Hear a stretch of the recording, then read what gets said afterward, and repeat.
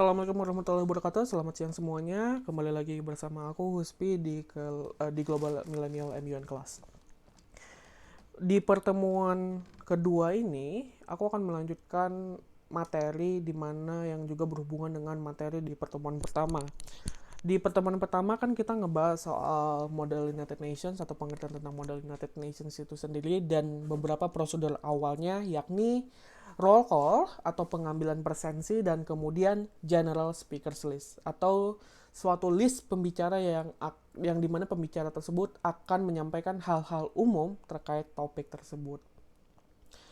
Dari pengertian JSL dulu tadi aja, kan di JSL seperti yang aku bilang, dapat diasumsikan sebagai suatu sesi perkenalan kalian sebagai delegates, di mana kalian akan memperkenalkan stances kalian sebagai suatu negara, akan memperkenalkan diri kalian sebagai suatu delegates negara itu seperti apa sih, dan juga memperkenalkan solusi apa yang nantinya akan kalian propose di dalam council tersebut. Nah, dikarenakan di JSL itu masih secara umum pembahasannya, maka oleh karena itu kita harus melanjutkan topik tersebut atau pembahasan tersebut di dalam moderated caucus, di mana di moderated caucus itu akan berisi subtopik dari agenda utama yang akan kita bahas. Jadi sebagai contoh, misalkan topik atau agenda utama yang diadopsi council tersebut, kita asumsikan council kita adalah United Nations Development Program gitu, UNDP. Dan topik utamanya adalah climate change. Nah, di dalam climate change ini kan banyak yang bisa kalian bahas. Misalkan delegates di GSL itu membahas soal misalkan dampak dampak perubahan iklim terhadap lingkungan. Terus kemudian terkait persebaran informasi dan pendidikan atau raising the awareness of the people through education regarding like climate change misalkan gitu, yang untuk dapat meningkatkan pengetahuan terhadap perubahan iklim. Terus juga bisa membahas soal teknologi yang dapat mengurangi GHG atau efek rumah kaca, dan kemudian untuk mengurangi dampak lingkungan dari climate change itu tadi.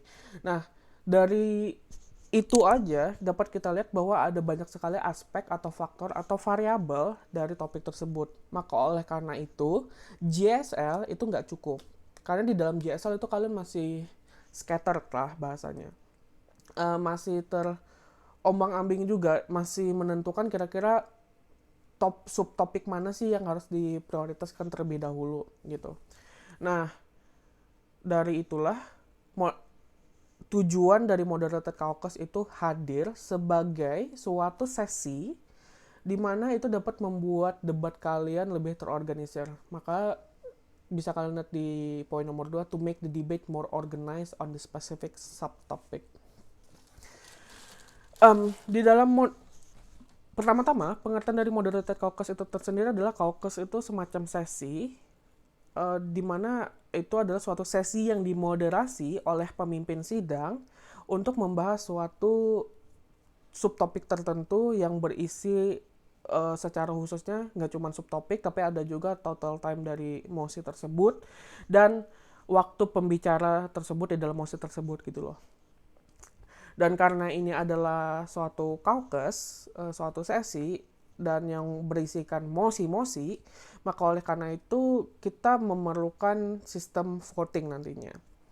Nah, dari sini kan dapat kita lihat kalau dari seluruh delegates nih, delegates A nge-propose mosi A gitu, delegates B nge-propose mosi B. Dari dua mosi ini dapat kita lihat nantinya itu mosi mana sih yang paling diutamakan oleh delegates nantinya. Melalui apa? Melalui voting prosedur. Delegates nantinya akan menentukan kira-kira apakah mereka setuju atau tidak setuju dengan mosi yang dipropos oleh dua delegates tadi yang aku sebutkan sebagai salah satu contoh. Nah, cara nge-propose mosi di dalam moderated caucus itu kayak gimana sih? Nah, misalkan dapat kalian lihat di sini. Delegates of France would like to propose a moderated caucus for 10 minutes total time and 1 minute speaking time each with the topic of bla bla bla bla bla bla. Ada negaranya, negara kalian, propose jenis caucusnya apa, jenis mosinya apa, moderated caucus for 10 minutes total time, waktu totalnya, dan 1 minute speaking time dengan topiknya. Nah, maksud dari time ini kayak gimana sih? Bisa kita lihat di slide yang berikut ini. Nah, menit ya.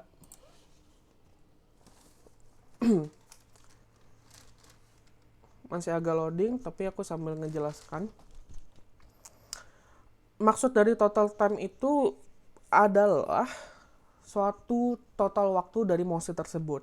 Dan speaking time itu berapa sih waktu yang diberikan kepada masing-masing pembicara. Cara ngitungnya gimana? Hal ini sebenarnya simpel, tapi perlu kalian ketahui lagi lebih lanjut. Sebagai contoh, total time-nya adalah 10 menit.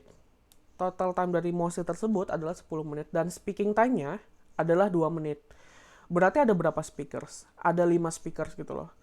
5 speakers dengan masing-masing pembicara memiliki waktu 2 menit gitu. Ya, kalian tinggal bagi aja total time 10 menit dibagi speaking time gitu. Terus total time 15 menit dengan waktu speaking time-nya 1,5 menit, berarti ada berapa speakers? Ada 10 speakers. Dengan masing-masing speaker ya waktunya ya 1,5 menit tadi, ya tinggal dibagi aja. Nah, ada beberapa peraturan di mana kalau misalkan total time itu harus bisa dibagi oleh speaking time. Jadi kalau misalkan total time-nya 10 menit dan speaking time-nya 1,5 menit, itu nggak bisa. Karena 10 bagi 1,5 tuh secara nggak bisa gitu loh. Masa ntar ada 6,5 delegates, kan nggak mungkin. Kalau misalkan kalian ingin bikin ini bisa dibagi 1,5, ya caranya tinggal ini aja. Total time-nya bisa 9 menit atau 10,5 menit. Kalau 10,5 menit dibagi 1,5 menit berarti ada 7 pembicara di situ. Kayak gitu. Ada beberapa peraturan. Selain tadi total time, slide-nya masih loading. The total time should be divisible by the speaking time. Ingat, waktu totalnya harus bisa dibagi oleh speaking time. Jadi kalau bisa harus dibagi sampai habis gitu loh. Dan kemudian, total time itu nggak boleh melebihi 20 menit. Jadi kalau misalkan kalian ingin mempropos mosi, itu ya 20 bagi 2 itu bisa, 20 bagi 1 itu bisa. Jangan 21 total time-nya terus speaking time-nya 1 menit, itu nggak bisa. Karena ingat, total time-nya harus 20 menit. Speaking time juga paling maksimal itu 2 menit.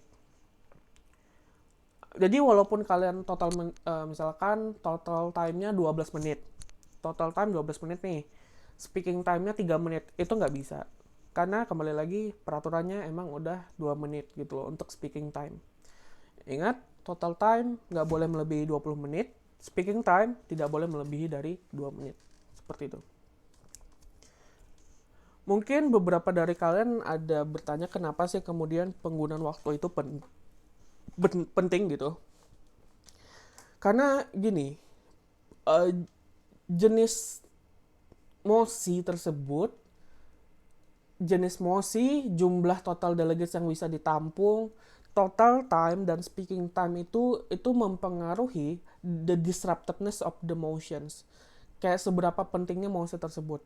Nah, perlu kita ketahui seberapa pentingnya mosi tersebut itu merujuk kepada seberapa pentingnya mereka secara prosedur, bukan secara substansi. Maksudnya kayak gimana sih? Misalkan, di dalam slide ini aku ngambil contoh kayak penjelasanku sebelumnya. Kita anggapkan lagi topiknya adalah climate change. Terus ada beberapa delegates nih yang ngangkat mosi. Delegates pertama, Delegate of Indonesia.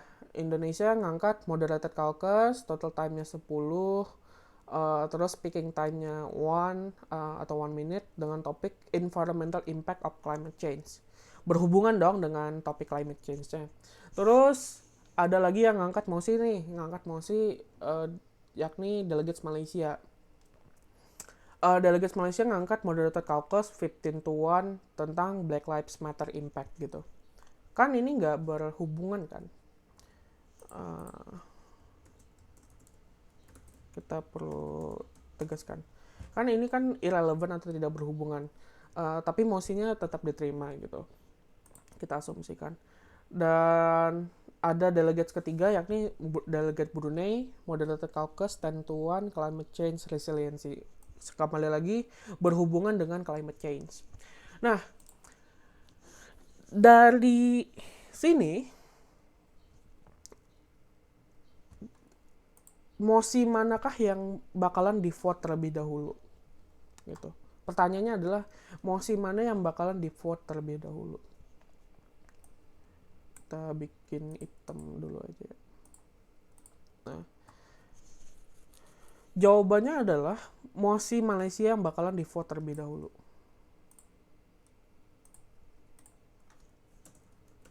Will be voted first. It's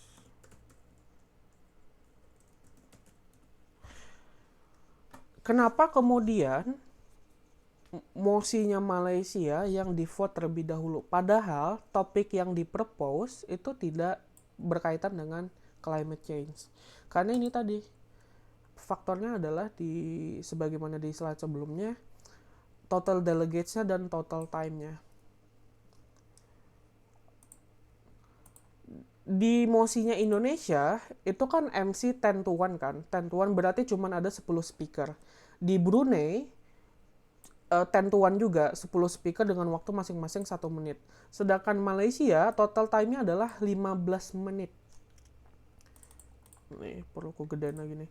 Berarti ada 15 speaker. Secara logika ya berarti tinggal kalian lihat aja mosinya Malaysia itu bisa menampung 15 delegates. Yang berarti karena yang lainnya cuma 10 delegates doang bisa nampungnya. Maka oleh karena itu ya mosinya Malaysia bakalan di vote terlebih dahulu gitu. Kalau misalkan yang Indonesia apa ya? Kalau misalkan yang Indonesia kan cuma 10 doang. Tapi karena dia urutan pertama tadi yang ngangkat mosi, maka setelah Malaysia nih, kalau kita asumsikan mosinya Malaysia gagal, kalau misalkan kita asumsikan mosinya Malaysia gagal, ya kita lanjutnya kembali lagi ke Indonesia. Karena Indonesia adalah negara pertama yang ngangkat mosinya gitu loh. Kalau mosi Indonesia gagal, barulah kita ke mosinya Brunei. Kayak gitu urutannya. Nggak bisa tiba-tiba kayak misalkan nih Malaysia, oke, Malaysia di vote terlebih dahulu terus gagal. Terus dari 2 lanjut ke 3 itu enggak. Jadi kembali lagi berdasarkan yang 3 tadi, total delegates sama total time dan kemudian speaking time-nya.